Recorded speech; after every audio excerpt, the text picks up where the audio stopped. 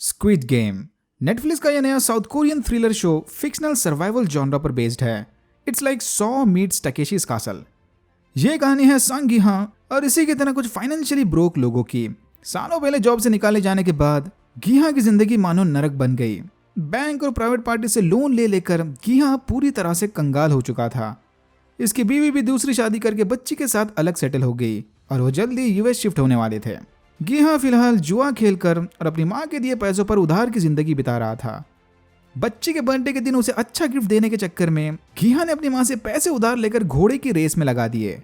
Luckily गिहा जीत गया, but तभी उसे कुछ लोन शार्क्स ने ढूंढ लिया। इन्हीं लोगों से पीछा छुड़ाते समय इस लड़की ने गिहा की जेब काट ली। इन गुंडों से पीछा छुड़ाने की खातिर गिहा ने अपने ऑर्गन्स दांव पर लगा दिए और पूरी तरह से डिसअपॉइंट होकर बेटी का बर्थडे मनाने चला गया। बेटी को घर छोड़कर वापस आते समय स्टेशन पर गिहा को यह सूट बूट पहना बंदा मिला। इसने गिहा को ऑफर दिया कि अगर उसने इस डकची गेम में इसे हरा दिया तो बदले में वो गिहा को पैसे देगा। अगर गिहा हारा तो थप्पड़ और जीत गया तो पैसा। इस बंदे से ढेर सारे थप्पड़ खाने के बाद फाइनली गिहा जीत गया। गिहा की इस डेस्परेट कंडीशन को देखकर उस सूट बूट पहने आदमी ने इसे अपना कार्ड थमाकर एक और ऑफर दिया।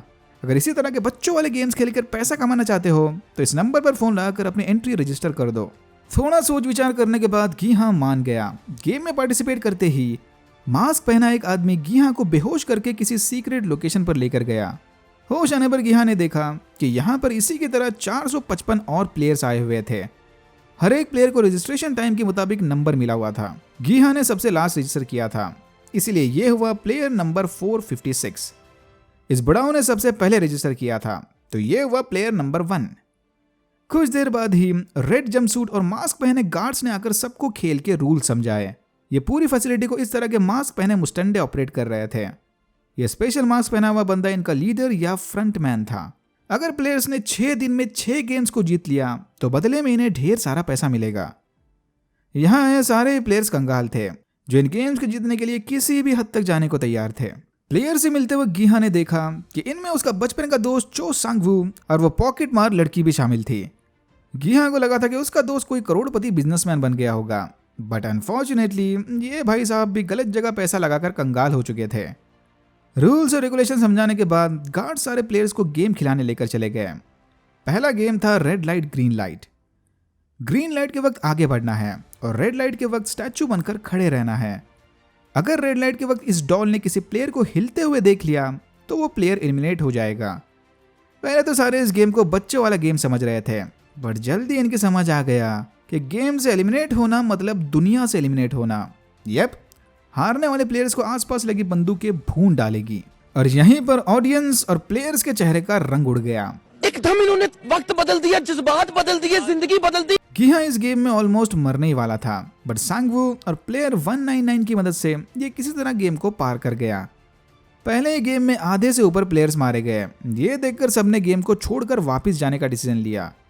रूल्स के हिसाब से अगर मेजॉरिटी ऑफ प्लेयर्स ने गेम को छोड़कर जाने का फैसला किया तो ये लोग उन्हें सही सलामत वापस पहुंचा देंगे। बट वोटिंग से पहले गार्ड्स ने सबको इनाम की रकम दिखाई। हर प्लेयर के मरने के बाद और हर गेम के पूरा होने के बाद इस बड़े से पिगी बैंक में पैसा जमा होगा। सारे खेल खत्म होते ही विनर टेक्स ऑल। करोड़ों के इनाम को देखकर कुछ प्लेयर्स ने अपना फैसला बदल दिया, but thanks to player number 1 majority of vote से यह डिसाइड हुआ कि इस खेल को यहीं रोका जाए। वादे के मुताबिक गार्ड्स ने सबको बेहोश करके वापस उनकी जिंदगी में भेज दिया। वापस आते ही गिहा सीधा पुलिस स्टेशन चला गया, बट इसकी किसी ने नहीं मानी। गिहा के पास वो कार्ड देखकर डिटेक्टिव जुनहो उसके पीछे चला गया। जुनहो का भाई अचानक कहीं गायब हो गया था और गायब होने से पहले वो अपने पीछे ऐसा ही एक कार्ड छोड़ गया। जल्दी सारे समझ गए कि बाहर की दुनिया यानी इनकी रियल लाइफ अंदर वाली खेल की दुनिया से कहीं ज्यादा बदतर है। गिहा की मम्मी को डायबिटीज थी और उसे जल्द से जल्द इलाज के लिए पैसा लाना होगा। सांगू ने अगर टाइम पे पैसा नहीं लौटाया तो पुलिस उसका घर और मम्मी की दुकान पर कब्जा कर लेंगे। प्लेयर 67 अपने छोटे भाई के साथ नॉर्थ कोरिया से भागकर यहाँ आई थी। अपनी मम्मी को साउथ कोरिया स्मगल करने इसे भी ढेर सारे पैसों की जरूरत थी। प्लेयर 199 में पैसों के चक्कर में एक्सीडेंटली उसके बॉस का हाथ तोड़ दिया। प्लेयर 101 एक भगोड़ा गैंगस्टर है और प्लेयर 1 को ब्रेन ट्यूमर था। इन शॉर्ट इनके पास वापस जाकर पैसा कमाने के अलावा दूसरा कोई ऑप्शन नहीं। लकीली गेम ऑर्गेनाइजर ने इन्हें फिर से इन्विटेशन भेज दिया, जिसे खुशी खुशी एक्सेप्ट करके ऑलमोस्ट सारे प्लेयर्स वापस आ गए। जुनहो भी गिहो का पीछा करते करते इनकी बोट में घुस गया और एक गार्ड को मारकर उसका भेस लिए गेम वाले आइलैंड पर पहुंच गया। गार्ड के स्टाफ का हिस्सा बनते ही जुनहो समझ गया कि इनके मास्क पर बनाए ये सिंबल्स ओहदे को दर्शाते हैं, यानी गार्ड के सुपरवाइजर स्क्वायर शेप का मास्क पहनते हैं। वापस लौटते वक्त कुछ प्लेयर्स अपने साथ चीजें छुपा कर ले आए। प्लेयर 67 पॉकेट नाइफ तो प्लेयर 212 सिगरेट्स और लाइटर। इस बार सबने डिसाइड किया कि ये लोग आगे के गेम्स टीम बनाकर खेलेंगे। गिहा, सांगवू, प्लेयर 1 और प्लेयर 199 ने अपनी एक टीम बना ली। प्लेयर 67 साथ लाए चाकू की मदद से वॉशरूम में लगे वेंट में घुस गई। जब ये सब चला था तब प्लेयर 212 बाहर खड़े गार्ड का ध्यान भटका रही थी। प्लेयर 67 ने वेंट में घूमते वक्त देखा कि किचन में गार्ड शक्कर को पिघलाकर कुछ बना रहे थे। वापस काम में आकर प्लेयर 67 और 212 इस बारे में बात कर रहे थे कि तभी सांगवू ने भी इनकी बातें सुन ली। प्लेयर 67 से मिली इन्फॉर्मेशन और प्लेग्राउंड में लगे सिंबल्स को देखकर सांगवू ने गेम प्रिडिक्ट कर लिया। बट गेम का नाम पता होने के बावजूद भी इसने अपने साथियों की मदद नहीं की। तो गेम यह था कि सबको इस सुई की मदद से हनीकॉम्ब में से सिलेक्टेड शेप को बिना तोड़े काट कर निकालना है। गेम का नाम रिवील होने से पहले प्लेयर्स को अपना शेप चूज करना था। सांगू ने अपने नॉलेज की वजह से सबसे आसान शेप चूज किया, ट्रायंगल। उधर गिहा ने अम्ब्रेला चूज करके खुद के पैर पर कुल्हाड़ी मार ली। अगेन, अगर सांगू चाहता तो गिहा की मदद कर सकता था, बट इसने ऐसा नहीं किया। बट गेम की आखिरी घड़ी में गिहा उसका जुगाड़ू दिमाग लगाकर जीत गया। सुई से तोड़ने के बजाय इसने चाट कर हनीकॉम्ब को कमजोर बना दिया। प्लेयर 212 ने लाइटर से सुई को गर्म करके आसानी से गेम जीत लिया और बाद में वो लाइटर प्लेयर 101 को देकर उसका दिल भी जीत लिया। हारे हुए प्लेयर्स को गार्ड्स एक एक करके मारने लग गए, पर तभी एक सरफिरे प्लेयर्स ने एक गार्ड को ही बंदी बना लिया। गार्ड का मास्क निकालकर इसने देखा कि इसके पीछे तो एक बच्चा है। ये देखकर उस प्लेयर ने खुद को ही गोली मार ली। पता नहीं ये लोग किस तरह का माइंड वॉश करके गार्ड्स को रिक्रूट कर रहे थे। प्लेयर तो मर गया, बट फिर फ्रंटमैन ने उस गार्ड को भी मार दिया, क्योंकि रूल्स के हिसाब से किसी भी गार्ड की आइडेंटिटी रिवील होते ही वो भी एलिमिनेट कर दिया जाएगा। मरने वाला वो गार्ड एक सुपरवाइजर था। ये देखकर जुनहो ने चुपके से उसका मास्क चुरा लिया। फिर हमने देखा कि प्लेयर 111 जो कि एक डॉक्टर है, कुछ गार्ड्स के साथ मिलकर ऑर्गन स्मगलिंग का बिजनेस कर रहा था। ये भाई साहब गार्ड्स को अधमरे प्लेयर्स के ऑर्गन निकाल कर देंगे और बदले में गार्ड्स इसे आने वाले गेम का नाम बता देंगे। अपने इसी नॉलेज को यूज करके प्लेयर 111 ने प्लेयर 101 की गैंग ज्वाइन कर ली। उस दिन गार्ड्स ने जानबूझकर प्लेयर्स को कम खाना दिया। इसी बात को लेकर प्लेयर्स के बीच झगड़ा चालू हो गया और प्लेयर 101 ने एक प्लेयर को मार दिया। प्लेयर के मरते ही उसके हिस्से का पैसा पिगी बैंक में जमा हो गया। ये देखकर सारे समझ गए कि यहाँ कैंप में अपोजिशन प्लेयर को मारकर ये लोग इनाम की रकम बढ़ा सकते हैं। एज एक्सपेक्टेड, रात में लाइट्स के बंद होते ही ताकतवर प्लेयर्स कमजोर प्लेयर्स को मारने लग गए। लंबे खून खराबे के बाद प्लेयर 1 ने सबको चिल्लाकर लड़ाई रोकने के लिए कहा।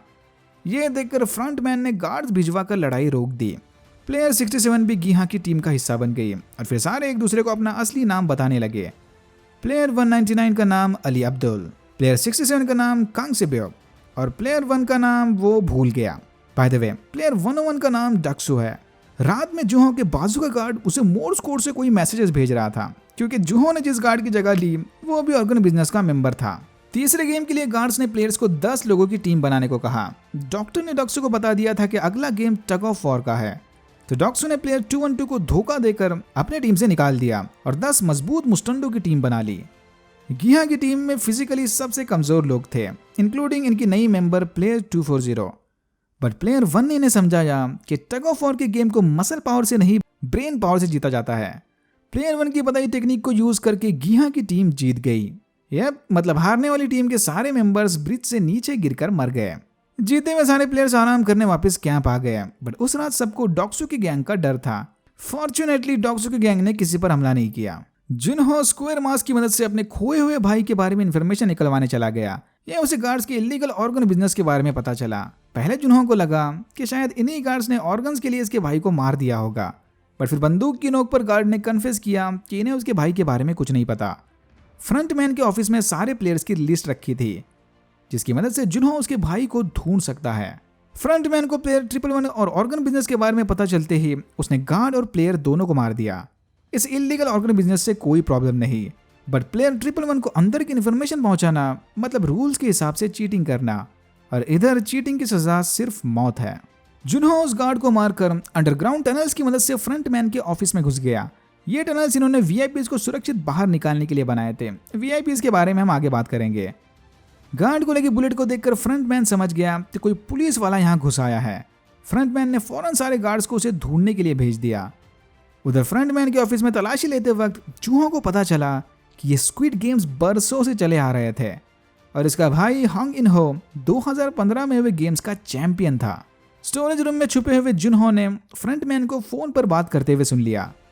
फ्रंटमैन और बाकी के गार्ड्स वीआईपीज के स्वागत की तैयारियां कर रहे थे। चौथे गेम को खेलने से पहले सारे प्लेयर्स को जोड़ियां बनानी होगी। सब ने फटाफट अपने फेवरेट पार्टनर्स को चूज करके जोड़ियां बना लिए। सांगवू ने अली के साथ, साइबियोक ने प्लेयर 240 के साथ और बुढ़ाऊ पर रहम खाकर गीहा ने प्लेयर 1 के साथ। प्लेयर 212 एके मिनायो को कोई पार्टनर नहीं मिला तो गार्ड्स उसे गेम से बाहर ले गए। पहले सबको लग रहा था कि शायद ये 4 प्लेयर्स के बीच वाला team A versus team B type का गेम होगा, बट नहीं। इस गेम में आपको अपने जोड़ीदार को हराना था, मतलब आपके फेवरेट पार्टनर को। गेम खत्म होने पर जिस पार्टनर के पास ज्यादा मार्बल्स बच गए वो गेम जीत गया और जिसके पास कम है वो मारा गया। प्लेयर 240 के पास जीने का कोई मकसद नहीं था। इसके पापा ने उसकी मम्मी का मर्डर किया था और फिर उसने अपने पापा का मर्डर कर दिया। साइबियोक की दर्द भरी कहानी सुनने के बाद प्लेयर 240 मार्बल्स की इस गेम में जानबूझकर हार गई ताकि साइबियोक पैसे जीतकर अपने छोटे भाई को अच्छी जिंदगी दे सके। सांगवू ने अली के भोलेपन का फायदा उठाकर उससे सारे मार्बल्स चुरा लिए। दूसरी तरफ गीहा ने प्लेयर 1 के भूलने की बीमारी को यूज करके उसे धोखे से हरा दिया। गीहा ऑलमोस्ट जीत चुका था, बट लास्ट मोमेंट पर बुढ़ाऊ ने बताया कि उसके पास अब भी एक मार्बल बची है और प्लेयर 1 को अच्छे से पता था कि गीहा शुरू से ही उसे फंसा रहा है। बट फिर भी बेस्ट फ्रेंड होने के नाते अपने होश हवास में प्लेयर 1 ने वो आखिरी मार्बल गीहा के हवाले कर दी। एलिमिनेट होने से पहले प्लेयर 1 ने गीहा को उसका असली नाम भी बताया, ओ इल्नाम। भाई ये वाला एपिसोड कुछ ज्यादा ही हैवी था।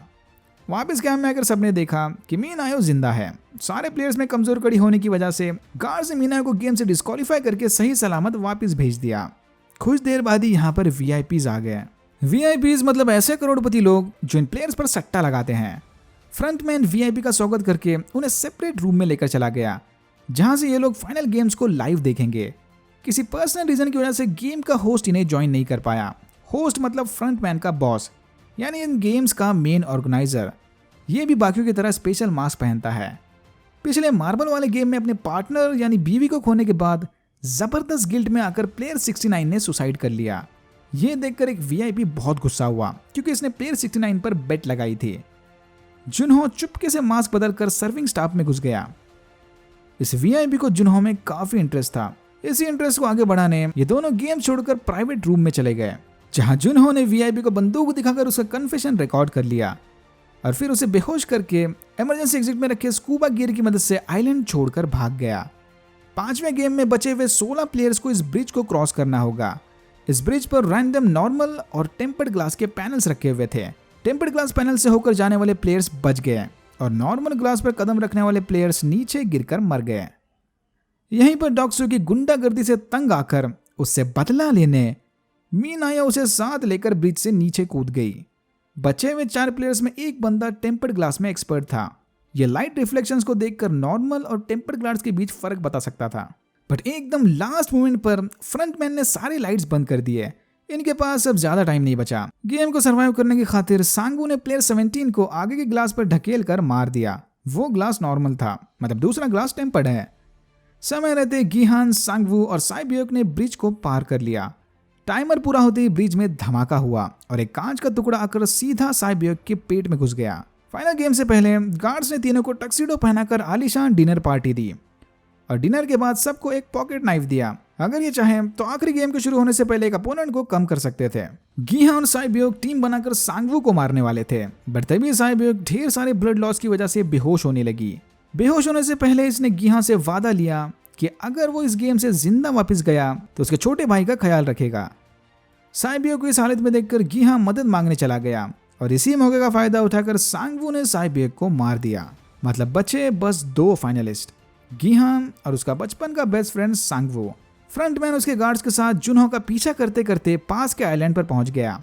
यहाँ जो ने एक पहाड़ी पर जाकर पुलिस को कांटेक्ट करने की कोशिश की, बट लो नेटवर्क की वजह से स्टेबल कनेक्शन नहीं बन पाया।